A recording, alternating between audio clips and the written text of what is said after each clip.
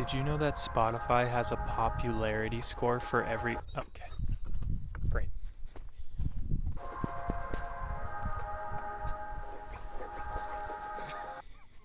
Did you know that Spotify... No, oh! Oh, that's... Is that good? Did you know that Spotify has a popularity score for every artist? From 0 to 100. He's eating my cord.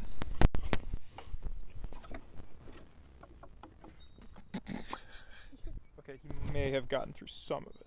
It's been through worse.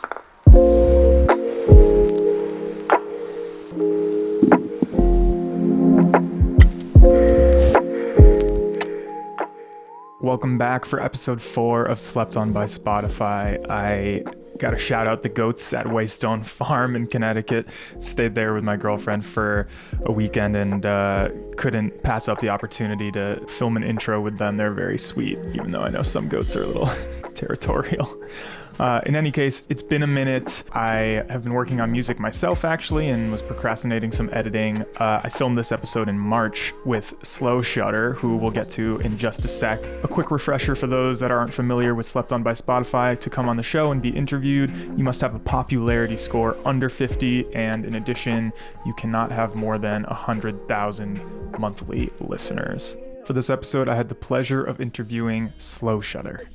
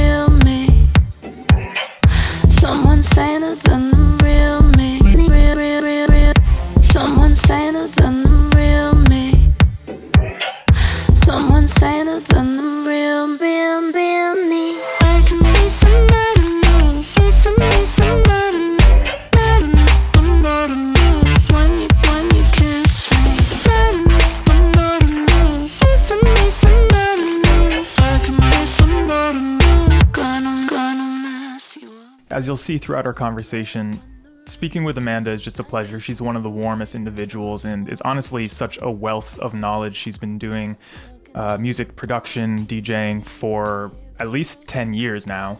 And what sets her apart from some of the other guests I've had on the show is that she is very much focused on vocals. Making electronic music with vocals obviously adds another dimension to the song. Pretty much everything she releases as Shudder features her vocals. And I got the sense when I was watching her work that as long as the instrumental was more or less functional, it didn't have to sound great, she could then focus on the vocal and make that as strong as possible and then build the rest of the song around it. If you've seen previous episodes of Slept On by Spotify, you know that I give each artist, a few hours to work on a brand new track from scratch. I threw Amanda into the fire and said, you only have 1 hour to do it. This turned out to be an incredibly difficult challenge, especially considering, she wanted to work with vocals in addition to creating instrumental. So at the end of this episode, I'll give you a sneak peek of what she had finished after an hour, but she also spent a couple hours after we had spoken to see where she could get at the 3-hour mark. Without any further ado, here are some highlights from our conversation. Welcome, Shudder. Amanda, thank you so much for coming on the show. It's always at the end where I'm like, oh, fuck, I forgot to... Yeah. Do you need to do that? Do you want to do that now? Should we do that? I'm sitting down. It's not the end of the interview. I promise it's the beginning. Spotify's so unpredictable. Like, the way that their algorithm works is, as you know, is based on, perceived popularity. And a lot of people game that system to, that there's tons of people who use bots and various promotional people who will rack up their plays. And sometimes, sometimes I'm like, okay, the artist may not know that. I've actually had one time a PR person was like, oh, can I do playlisting for you? This was 3 or 4 years ago. And I was like, yeah, sure. And then all of a sudden I was like, wait a second, this doesn't seem this playlist you put me in doesn't work for me. They were putting me in playlists for genres that I wasn't in. Right. And they were like, oh, who cares if it works or not? Like, it's just to get the stream. And I'm like, well, why would any of these people listening to like the like soundtrack for this show, you know, want to like I obviously wasn't in the show. It's like not real. Yeah. And they were like, this is just how it works, blah blah blah. And I was like, well, I'm not into that. But I feel like when I see like a track under 1,000 plays, I'm like, I want to listen to that, because like a lot of people won't, just by the perceived like quality from seeing something under 1,000. I'm like, it has no reflection on the quality whatsoever. It's just like, did the algorithm pick it up enough or not? And it's like, okay, maybe you have a song that's awesome but like isn't easily categorized, and like that'll instantly drop you, because people will be like, oh well, it's too pop for electronic, it's too electronic for pop, it's too indie for bedroom pop, it's you know, like it's just these like markers that make like zero sense outside of this like tech system that is not really about art. It's just about like supporting the platform's like viability as, like, I know. music. It's funny that you say you seek out these tracks that have less than 1,000 plays, because that is like the most cursed thing. That's the most like the worst thing on the app is like you release a song and you're just like, please get me to 1,000 as quickly as possible, because it's like it's such a sad state to be in. Yeah. There was a time where like I'd consider that like I would give way too much emotional weight to that. And now I'm like my last 2 songs haven't hit 1,000 plays, and like then like the third one from this last like 6 months period that I put out on Friday, like we're doing well there. Like when I checked last, it was like at like 666, which I was like, this is a dope sign. 666 by Monday. But like it's honestly something where you just never know. Like I feel like it's like there's so many factors you can't control. What can you control? Making good music. Like that's what I put my energy towards now, because it's paralyzing. It's paralyzing to feel like if you don't hit this like arbitrary marker of success in a certain amount of time, that like that's any sort of reflection on your talent or work. Yep. People are kind of trying to drive a wedge between millennials and Gen Z for some reason. Yeah. And it's a bit weird for a few reasons. First of all, as a millennial, I hate plenty of millennials. Like fucking like the generation thing doesn't really matter. Like if you're like an asshole, if you're like racist, like I hate you. I don't care if you're my age. It's like that's simple. Like you suck. I am so thankful that I don't feel reliant on social media, and I'm not condemning an entire generation. I know that there's like plenty of people who are just like, oh, I like doing this, I like posting on Instagram, I like seeing what my friends are up to, and I like, you know, moving on with my life. But there are people who I feel like are really like, they stake their entire ego in how they're performing on Instagram or TikTok, and if their numbers are looking bad, they feel bad, and there aren't systems in place where we're being educated about that kind of danger. Yeah, you have to like, I think, seek out I would say I guess like wisdom just from people who've like really thought about this. Like that's really helped me. There's a site called The Creative Independent, which is interviews and guides for artists by artists. Cool. And they'll seek out artists from like a ton of different mediums to talk about their process and the way that they like think about work and the way they think about releasing work and ideas of success. And that's been a really great resource for me and like really helped me articulate a lot of perspectives for myself, because I've had that same experience as you, especially like I think earlier on when I was using social media, I was very like whatever about it. But then once it became something where people would decide if they wanted to book me for a gig based on how much engagement I was getting, like that was affecting my bottom line. So it's hard not to be like, oh shit, like I need this to do well, to like do well in other parts of my life, which I think sadly it's like been given like way too much weight as like a taste making tool, when in actuality it's more like, I would say, an advertising platform. When I'll be like, oh yeah, I'm in the music industry, like people will assume like somehow I'm making all my money from like one place, and like I literally do not know a single person who's like only making all their money from like commercial music, and I know like many other people who are full-time. music, but they're like, I would say like a ton of money mostly comes from sync. Like that's where like there really is like a livable wage if you get like good deals there. Yeah. It's hard to get into that business though if you're not familiar with it, and I think a lot of people don't understand like how much their intellectual property is worth. Like they're like, Yep. oh yeah, I'll give you this song for $200, and I'm like, you should really charge like $5,000. Yeah. So for anyone who's watching, I like what Amanda's talking about is literally like licensing music to like not only commercials but also film, television, radio.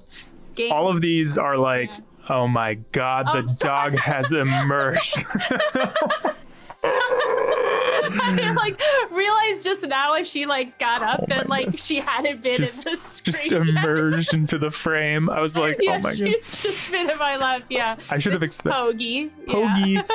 Hello, Pogi. Pogi is who I'm interviewing from now on. Pogi, Yeah, sorry, what is bye. what is your favorite food and why is it steak? I don't know. My favorite food is chicken. Anyway, back to music licensing. Right. Yeah. So music licensing. When I graduated from college, I spent like 10 months as a staff composer at a music house. Oh, cool. Which was cool, and it was interesting to see that world from the side of like a music house, which sort of shields the creative from the business, and helps create the opportunities for people. But basically, like everyone in the music house would write one or two versions of a backing track, and then we'd send off like 10 of them, and then one would get chosen, and you would get a bonus based on whether or not yours was chosen. That was like handmade and tailored for bespoke. But I think people don't really realize like how much money you could be making just with your existing music that you didn't hand make. So if you're looking at stuff like ads, nationally broadcast ads, like you're looking at sometimes like an upfront fee if it's like all inclusive, like a global usage license, or like even just like a national usage or a region usage. I mean, you can get $30K, $50K, like it's like that much money if it's a big brand and a big ad. Other things, it's like $5,000, $6,000, $10,000, I would say. Trailers a lot of time. And these opportunities, right? Yeah. And these are the kind of opportunities that don't just like fall into your lap as like an independent musician. Like if you're interested in doing stuff like this, you want to like network with people like who have done it. You want to like seek out like ad agencies that are known to work with freelancers or whatever, like, and be like really like work the network. For people who are looking into working within this space, I would say like Nick's point about networking is really key, because cold emails, like I did A&R at the licensing company I worked for, where I was doing all of the like incoming US based composer demos, and I think maybe like over the 5 years I was there, I think maybe like 10 people that I sent through to the music team overall ended up becoming like full composers with us, because there's just there's so many demos, like so many people. Like I would get like dozens a week, like sometimes even more. Like there'd be weeks where I'm like, how am I gonna listen to these like 100 songs on top of like doing all the projects I'm doing? So a lot of people think like, oh, I didn't hear back, like it means the track is bad. It's like, no, honestly, I'm telling you right now, like the junior A&R or whoever's like doing it is just like slammed and missed their email and like go somewhere else. Like I would say boutique music companies like are really good to approach. Like the smaller the better, because you're gonna have a more hands-on approach. So when you're early stages and you want feedback and you want a bit more hand holding, like that's a good tip, I would say. I learned a lot about making a few different kinds of genres, because a lot of people wanted like orchestral stuff and acoustic pharmaceutical bullshit. They call that organic lifestyle. Oh, that's the metadata. It says organic. That's like the genre. In the metadata, it's organic lifestyle. It's just, there's something gross about that. Oh God, you know what I should do is I should play some of my corny ass pharmaceutical stuff over this, like right now. We should act like we should act like we're listening to it and like really vibing. Yeah.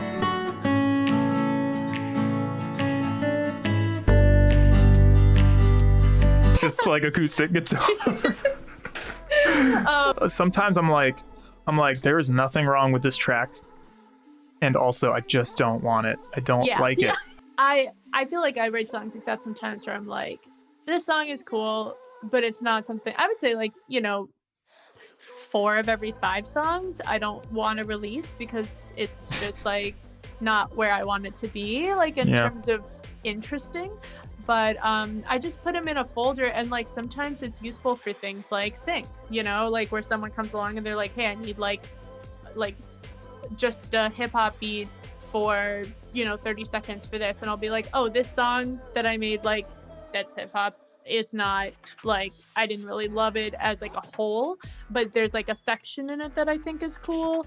I feel like a lot of times people are like, you know, they're very like cookie cutter, like they're like, oh, I'm gonna make a track in this genre. That's when I usually hear the songs that feel like very bland to me, because I'm like, you did a great job like coloring in the dots, you know, it's like paint by numbers, where it's like, oh, amazing, like this is a really cool, you know, trap song, but it's not doing anything new or fresh, and it doesn't have like that person within it. And when that happens, I'm like, you know, it wasn't a waste of time. Like, it's never a waste of time to make something, but like I think people put too much weight on it because like they're not seeing the forest for the trees. Like they're thinking like, oh, like this is like my new song, and like you have that new song connection where you're like, this is the coolest thing I ever made. It's like you listen back 2 months later and you're like, what the fuck? Yeah, I know. There's that sexy little honeymoon phase where you're like, you're laying something down, you listen to it the next day, and you're like, nope, that was not it. I hate how many times that's happened to me. It's part of the reason why I take so long to get music done, is because I need to separate from it and then come back to it, because I do that kind of like oscillation thing where I'm like, I spent all my time on it, and then I'm like, it's 80% there, okay, I'm gonna need to go away for a few months or a year, and then like you come back to it and you're like, I remember why this was fucking dope. Those are the ones where I'm just like, I need to finish this. That's when, you know, when you're like, okay, I still think that this is a cool song. Slow Shudder as a project and as a name, and I love names. Me too. Dumb sentence. Just, but like, I'm also like holding a fucking scalpel like a psycho. Anyway, so I love names. Love names. I've been doing arts and crafts. Too, you right? love names too. I love talking to people about their names because everyone has a different kind of view on it. Some people are just like, I don't fucking know, I don't care. But Slow Shudder, I think, is something that you gave a lot of thought to. I'm kind of curious how you came to that. Yeah, so Slow Shudder is my second project. My first project I had named Anomaly Code, and it was like an anagram of like my name, Amanda Nicole Mayo. So I like messed around those words, and then it was like Anomaly Code Mania, and I was gonna do like a techno project at one point called Mania, and then I decided not to. This is like all like mid 2010s, or even early 2010s, I would say.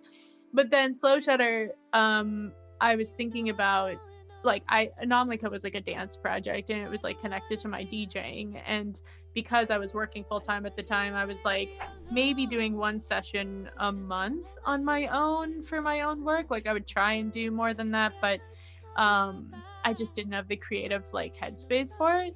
And I was still learning, you know, like how to be a producer in many ways too, which I think like as I was doing that, I started making stuff that wasn't fitting into dance genres, and I thought like, how can I make a project where I can kind of just follow whatever sound is like calling me at that particular moment. And with Slow Shudder, I was like, okay, I like the idea of like something shifting and like something like not appearing in the way that you would imagine it to be, because it's in motion.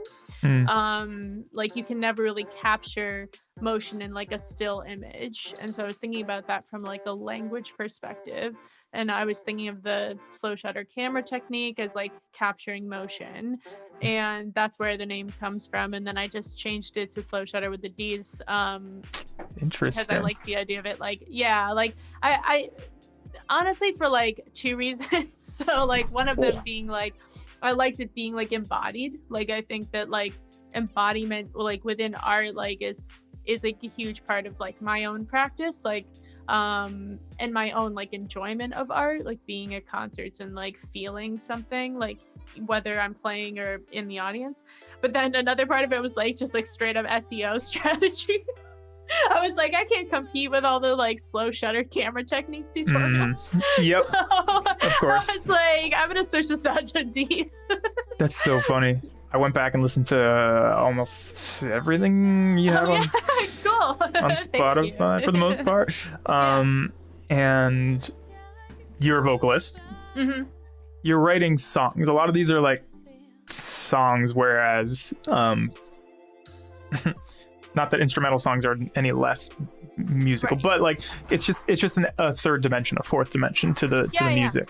When you are writing the vocal for a song, do you focus more on like the top line, the lyrics? Does it all have to be perfect, or do you where do you go first? Where does your mind go first with that?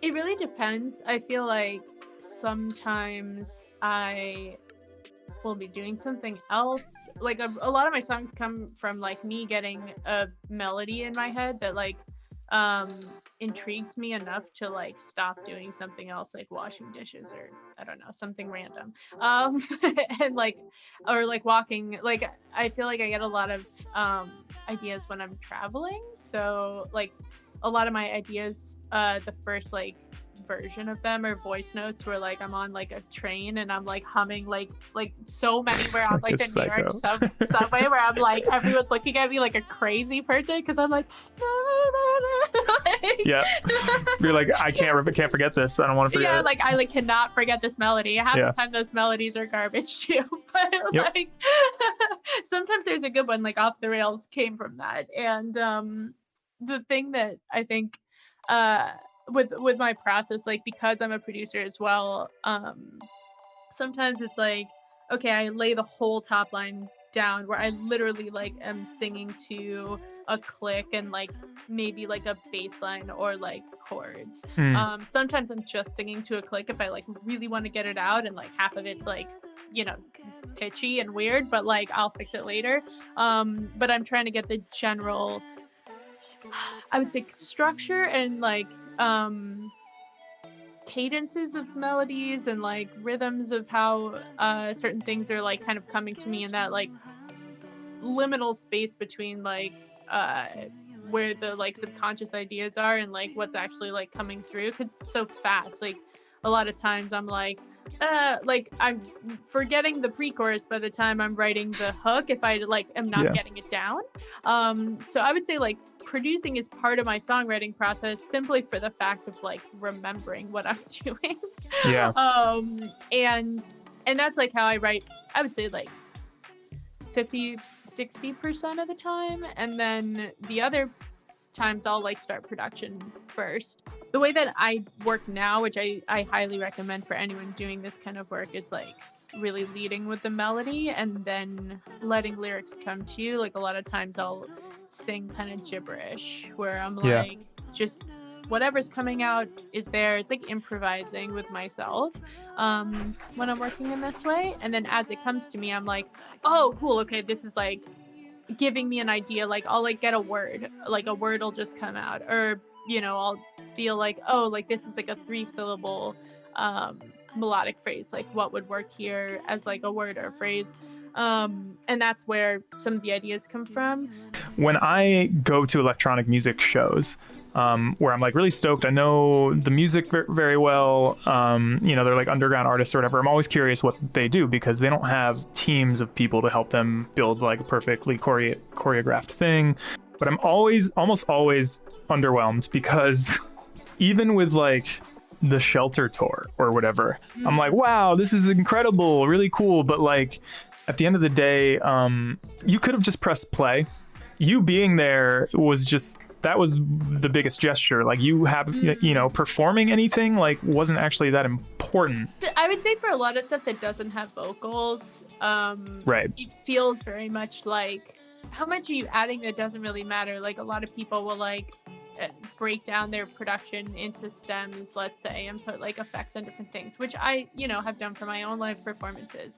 But I feel like the most energy I'm getting from the crowd is like when I'm singing. Like that's like where the performance is for me, which is not electronic, you know, like that's just, it's embodied music. And that's where I feel like it's so challenging to make a unique and interesting electronic live performance, and so rare, because like at the end of the day, you're right, like a lot of times people just want to hear the song with their friends in a space that like where the person really is great who made speakers, and the person's there and they're like, Yeah. I love you.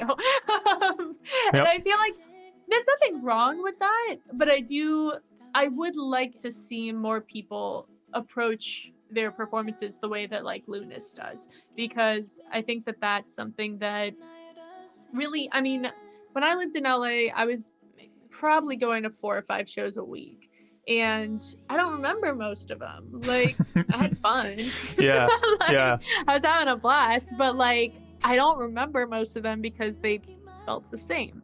DJ sets, you know, I'm a DJ. I've been a DJ for almost 10 years. Like for me, I approach it like, how can I make this night really amazing for this particular crowd? Like I don't really have ego over DJ stuff the way that I did when I first started off, where I was like, I want to play them this like rare song that I found on a compilation from the 90s that no one's gonna know. Like that was like a big part of my approach at the beginning. And like people would be like, what's this fucking weird song?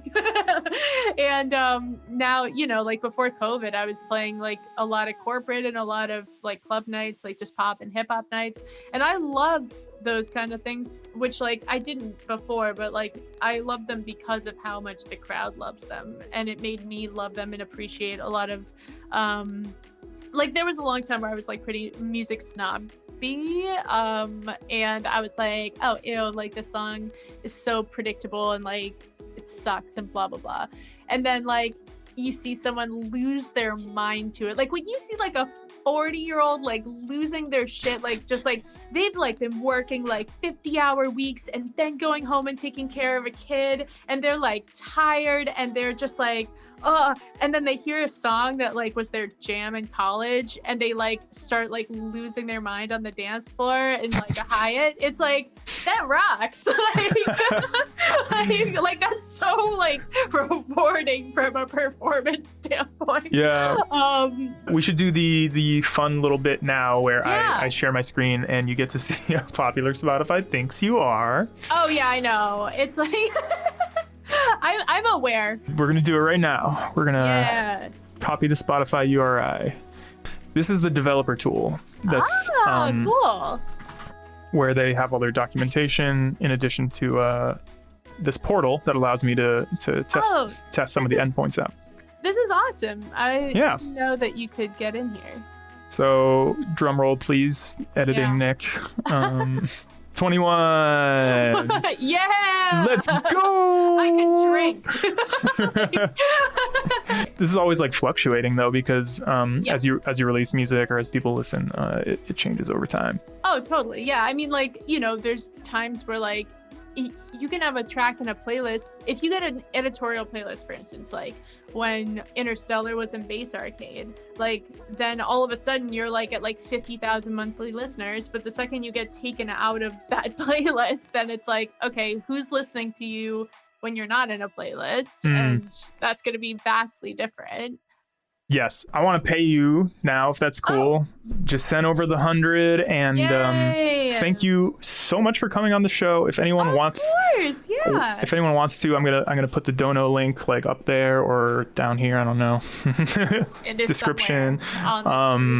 Slow Shudder, making amazing music, and we're gonna watch her make some of that right now. What you're about to hear is what she came up with at the 1 hour mark and the 3 hour mark. One great technique that she uses just to clarify why the 1 hour whip is a little odd is to use like gibberish or humming or just non lyrical vocal content as a way to sketch things out. You'll hear at the 3-hour mark that she's actually come up with some lyrics for this, but I just wanted to clarify in case anyone was confused by the 1 hour work in progress.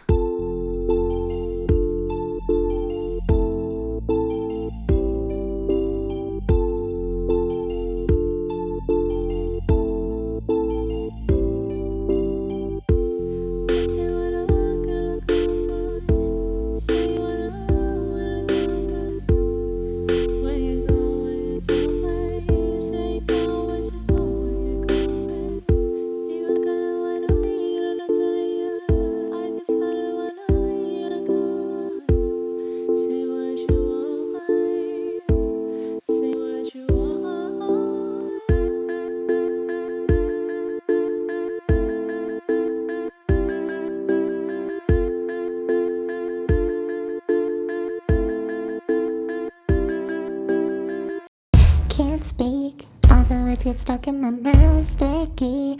Don't know what I'm talking about, reading into everything that you do. Guess I've bitten off more than I can chew. 2 weeks, what the fuck do I even know? You love, and I'm melting into the floor, fell deep. The moment that you walk through the door, sometimes